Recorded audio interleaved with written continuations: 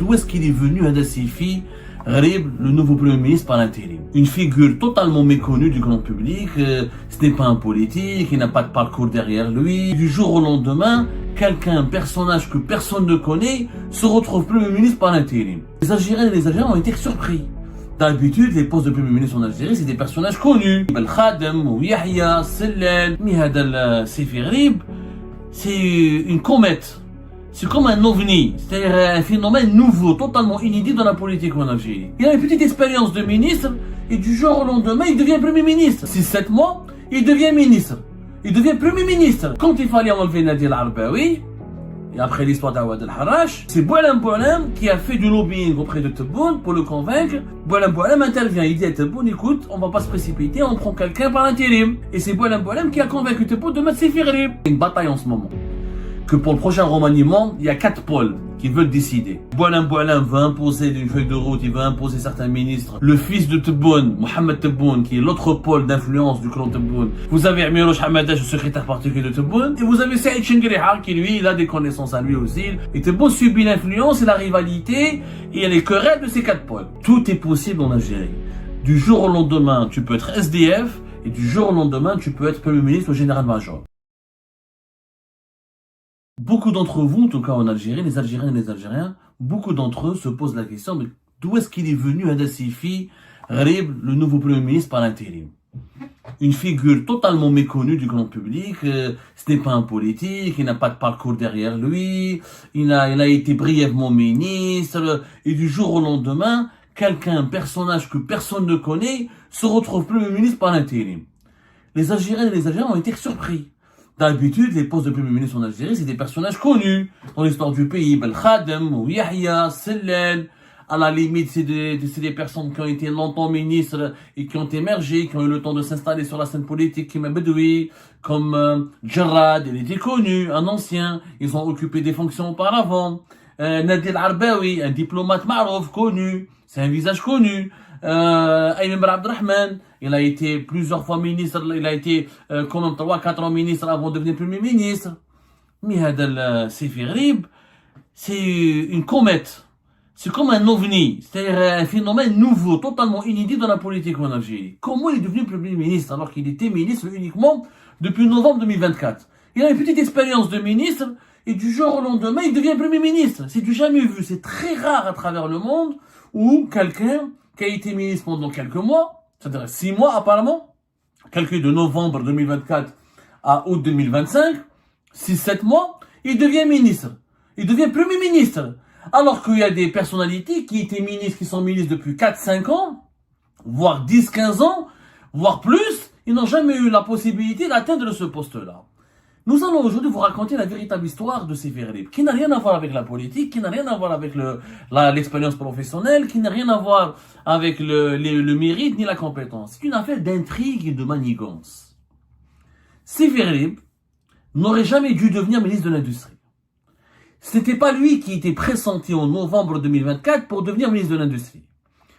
À l'époque, il y avait le scandale Ali Aoun, dont on a déjà parlé. Rappelez-vous, Ali Aoun, dans toute l'année 2024, notamment de septembre-octobre jusqu'à novembre 2024, il était au cœur d'un scandale de corruption extraordinaire. Son fils a été emprisonné, sa fille a été saisie dans une affaire judiciaire, elle a été entendue, même placée sous contrôle judiciaire, malgré le démenti apporté par son entourage. Ses amis, l'un de ses amis les plus proches, un lobbyiste et homme d'affaires, Nono Maneta. Lui-même, c'était dans l'enquête. Jusqu'à aujourd'hui, il n'a pas été inquiété alors que Tebboune le protège parce que Djeito Taïha Ali Aoun était l'un de ses bras droits, l'un de ses collaborateurs, l'un de ses ministres les plus fidèles et les plus loyaux. Il veut pas le mettre dans il le protège, il veut pas que la justice l'inquiète pour le mettre en prison. Il dit que son fils est en prison, c'est déjà assez grave.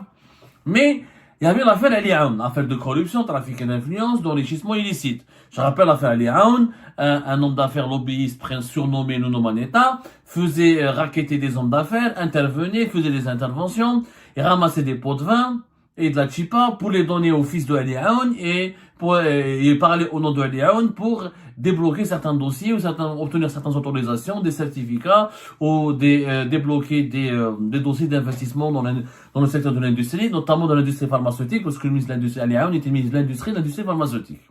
Et de 2023 2020, de 2023-2024, il y avait vraiment des opérations de versement de pots de vin et des interventions rémunérées et un véritable trafic d'influence qui s'est opéré dans l'entourage de Taniam. Il fallait remplacer Aliam. Tebboune n'avait pas le choix, le scandale était trop gros, il fallait remplacer Aliam. Mais au départ, avant que Sévéré soit nommé ministre de l'Industrie, personne n'a pensé au lui au départ. Celui qui devait être à la place de Aliam, c'était le PDG du groupe JICA, dans la cimenterie. Le groupe JICA, un certain Rabah Gessoum, qui n'est pas très connu, c'est le PDG du groupe industriel des ciments d'Algérie, qui est le plus important groupe. Il possède 23 filiales, presque 14 cimenteries à travers le pays, si je me trompe pas, une 12, 14, c'est 14, c'était 14 cimenteries à travers le pays. Et Rabah Gessoum était apprécié par la présidence. Il avait même obtenu en juillet 2023 un trophée du meilleur exportateur parce que le groupe JICA a exporté pour quelques dizaines de millions de dollars de ciment à travers le monde. Donc, c'était lui qui était pressenti pour devenir ministre de l'Industrie. Sauf que Rabah Gessoum ne faisait pas l'objet d'enquêtes d'habilitation qui lui étaient favorables. Les services de sécurité, notamment les services secrets algériens, ont fait sur lui un rapport qui est totalement défavorable, lui attribuant des participations et un rôle controversé dans certaines opérations de corruption et dans des affaires de mauvaise gestion. Du coup, ça a bloqué sa nomination. Sévéré, c'est à ce moment-là, il était un cadre méconnu. C'était un simple cadre. Lui-même est un ancien de JICA, du groupe JICA, le groupe industriel des ciments d'Algérie, qui est une grande entreprise étatique, encore une fois. 14 cimenteries, c'est l'un des poids lourds de l'économie.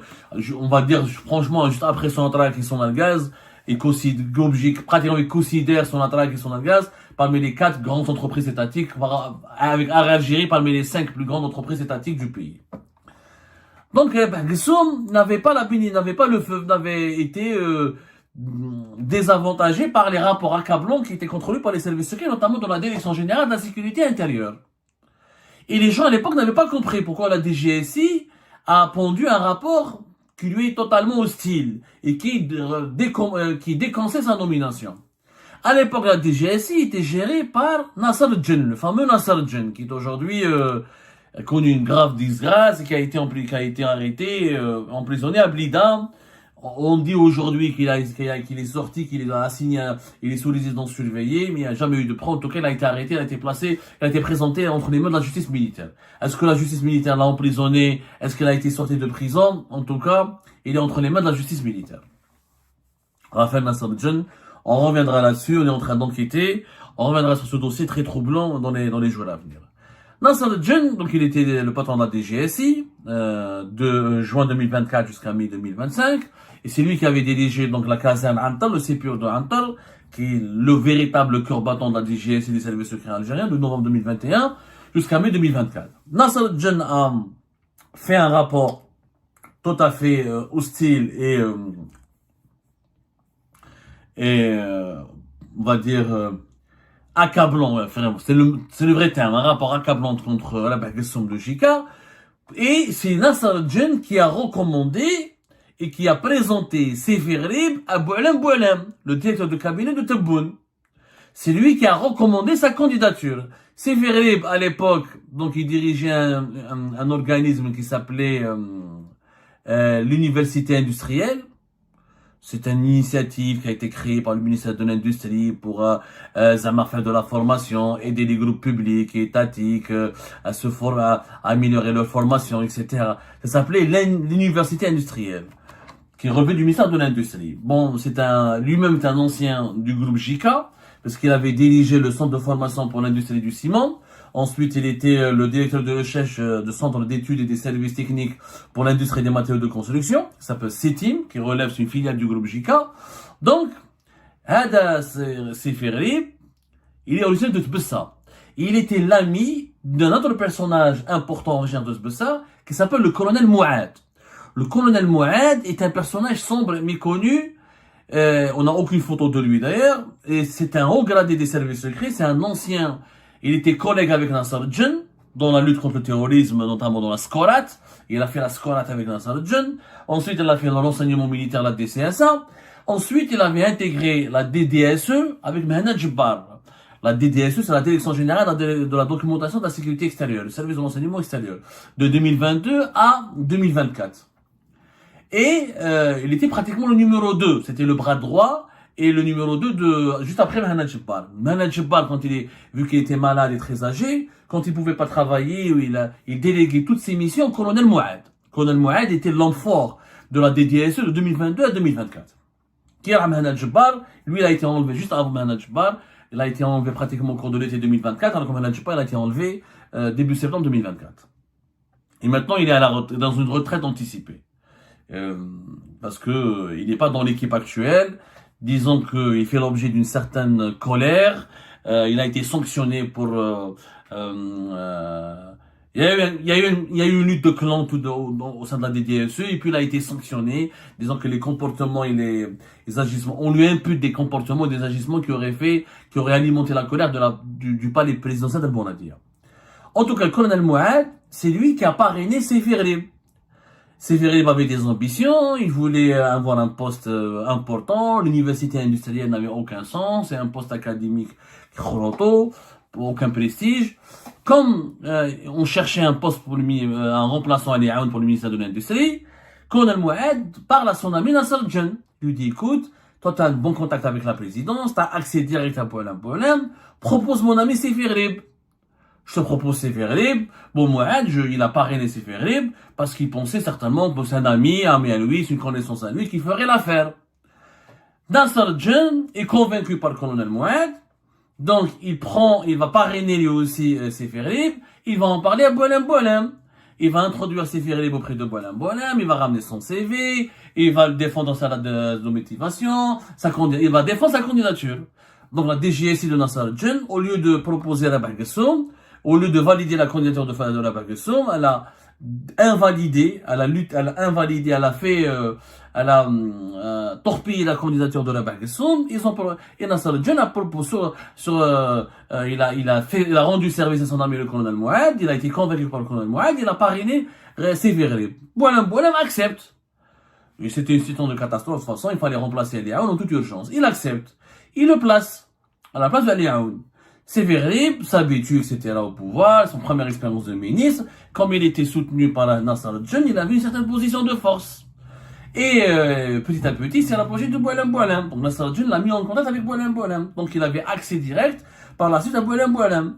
Et les relations se sont améliorées. Il y avait une véritable, on va dire, des affinités personnelles. Et Boilem a aimé le personnage. Il commençait à... voilà. Et des intérêts communs qui se sont créés. Donc, quand il fallait enlever Nadir Arbaoui, et après l'histoire d'Awad al-Harrach, et comme c'est Boilem qui a fait du lobbying auprès de Tebboune pour le convaincre de donner au ministère de l'Industrie la gestion du projet ou de l'importation très délicate, le projet très délicat de l'importation rapide et accélérée de 10 000 bus neufs afin de pallier le problème du secteur public qui a mené vers la catastrophe de Wad al-Harrach. Que vous la connaissez tous. Vous la connaissez tous, je veux dire.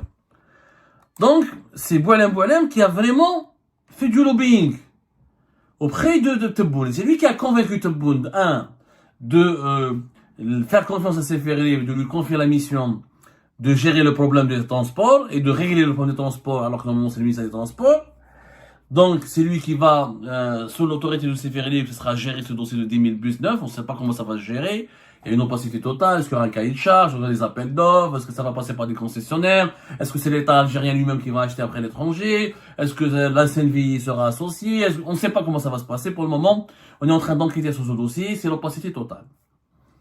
Et quand il fallait enlever Nadir Arbaoui, quand Nadir Arbaoui a manifesté son désaccord et qu'il voulait partir et qu'il avait suscité la déception et que Tebboune était dégoûté par l'attitude de l'Arbaoui, que l'Arbaoui était dégoûté lui aussi par sa mise à l'écart et les humiliations qu'on lui a infligées depuis le coup d'état politique qui lui a été fait dans le dos par Kamel Rizig, et depuis l'affaire des mesures de Kamel Rizig, comment le Premier ministre a été effacé. C'est une véritable humiliation, méprisante pour Nadir Arbaoui. Donc Nadir Arbaoui voulait partir. Il n'avait plus d'accord avec Tebboune, il avait déçu Tebboune dans la gestion de Wad al-Harrach.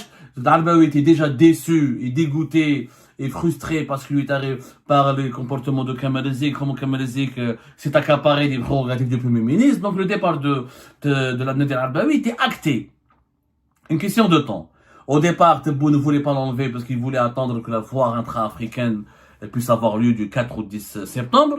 Comme Nader Arbaoui est un diplomate, il connaît l'Afrique, il a une expérience diplomatique, Tebboune voulait l'utiliser pour accueillir les délégations, pour superviser l'inauguration de ce forum, de cette foire commerciale intra-africaine, d'accueillir, apparemment il y aura des chefs d'État et des chefs de gouvernement africains qui ont été conviés. Donc il voulait l'utiliser encore. Mais Nader Arbaoui était ikhlas, dégoûté. Il a vécu un été infernal. La fête à Oued el-Harraj a été la petite goutte d'eau qui a fait déborder le vase.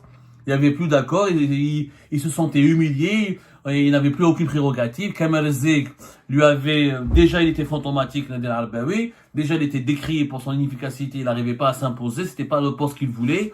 Nader Arbaoui n'a jamais voulu être Premier ministre, il s'est pas imposé comme Premier ministre, il n'a jamais su jouer ce rôle. Donc, juste après la séquence, c'est l'incident d'Aoud el-Harraj, où il n'a pas été là le jour de l'incident. Ensuite, il n'a pas été d'accord avec la politique des propositions de Tebboune pour importer rapidement des 1000 bus et pour les annoncer. Il y a un désaccord profond. Et le malaise était profond. Tebboune ne pouvait plus garder, il était de toute façon très déçu, très en colère contre Nader Arbaoui, il l'a enlevé. Qui mettre comme Premier ministre? C'était une situation d'urgence. Tebboune ne pouvait pas changer de gouvernement du jour au lendemain, parce qu'il y a la foire commerciale intra-africaine. Donc c'était compliqué de choisir un bon gouvernement. Tebboune avait encore besoin de temps. Il y avait l'urgence de gérer les problématiques de transport public avec l'accident de Oued el-Harraj et l'indignation populaire que cet accident horrible avait soulevé. Donc comment régler le problème? Comment faire? Boualem intervient. Il dit à Tebboune, écoute, on va pas se précipiter, on prend quelqu'un par l'intérim. On fait un Premier ministre par l'intérim. Comme ça a été le cas avec, en 2019, Sabri Boukadoum. Ça a été déjà fait par Tebboune. Quelqu'un, un Premier ministre par l'intérim, ok, lequel, je connais, et c'est Boualem qui a convaincu Tebboune de mettre Sefi Ghorib. Puisque malgré la disgrâce et l'imogeage et le départ de Nasser Djen, Sefi Ghorib a gardé une relation personnelle forte avec Boualem. Et Boualem appréciait Sefi Ghorib. Parce qu'il était chanté avec lui, il était très serviable, il le caressait dans le bon sens, dans le sens du poil, il lui rendait des comptes, et voilà. Boualem a compris que Sefi Ghorib, en tant que Premier ministre, ça va arranger ses intérêts. Je vous ai expliqué dans la précédente émission sur les dessous des graves révélations et accusations de Bengelina contre un ministre du gouvernement qui était Youssef Chorfa, qu'il y a une bataille en ce moment. Que pour le prochain remaniement, il y a 4 pôles qui veulent décider. Tebboune, dans son entourage, Boualem veut imposer une feuille de route, il veut imposer certains ministres au détriment d'autres ministres, il veut placer le maximum de ses hommes et de ses connaissances.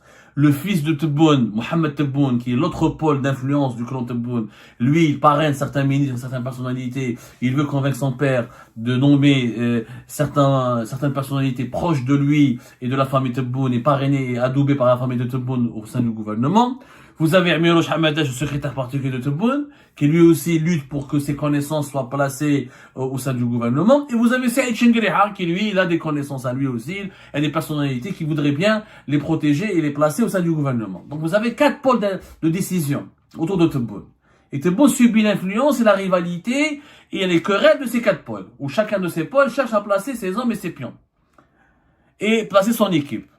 Donc là, vu l'urgence, vu que Tebboune est rentré fatigué, malade et qu'il s'est soigné en Allemagne, vu qu'il était particulièrement énervé, en colère après l'accident de Oued el-Harraj, et que le mauvais bilan du gouvernement, et vu qu'il avait peur d'une grosse colère, de l'explosion d'une grosse colère populaire, il a préféré temporiser, il a suivi l'avis de son directeur de cabinet, Boualem, il a placé Sefi Ghorib comme Premier ministre par l'intérim. Voilà comment quelqu'un qui était totalement méconnu, un simple cadre académicien, directeur d'un organisme ni économique, ni académique, ni économique, qui n'avait jamais eu d'expérience de gestion des affaires de l'État, jamais d'expérience au niveau d'une administration territoriale ou d'un département gouvernemental, qui n'a aucune expérience politique, c'est un académicien, un académicien, un universitaire chercheur, se retrouve du jour au lendemain à la tête du gouvernement algérien. L'Algérie, c'est le pays des miracles. C'est le pays des miracles. Tout est possible en Algérie. Du jour au lendemain, tu peux être SDF, et du jour au lendemain, tu peux être Premier ministre ou général-major. Et du jour au lendemain, tu peux redevenir SDF. Et ben c'est la fin de cette vidéo les amis. Je vous remercie comme d'habitude pour avoir suivi jusqu'à la fin. N'oubliez pas de nous laisser vos commentaires et vos réactions sur la vidéo et de vous abonner à la chaîne si vous n'êtes pas encore abonné. Et merci aussi pour vos commentaires et vos discussions très animées dans la section des commentaires. Donc, vous n'oubliez jamais de décortiquer bien un sujet sur tous les points qui ont été abordés dans la vidéo et ça fait vraiment plaisir quand moi-même je ne fais pas de commentaires, je m'appuie sur vous pour que vous puissiez bien expliquer les choses et en faire des discussions civilisées et dans tout le respect possible. Donc voilà, merci beaucoup et à la prochaine dans une nouvelle vidéo. Au revoir.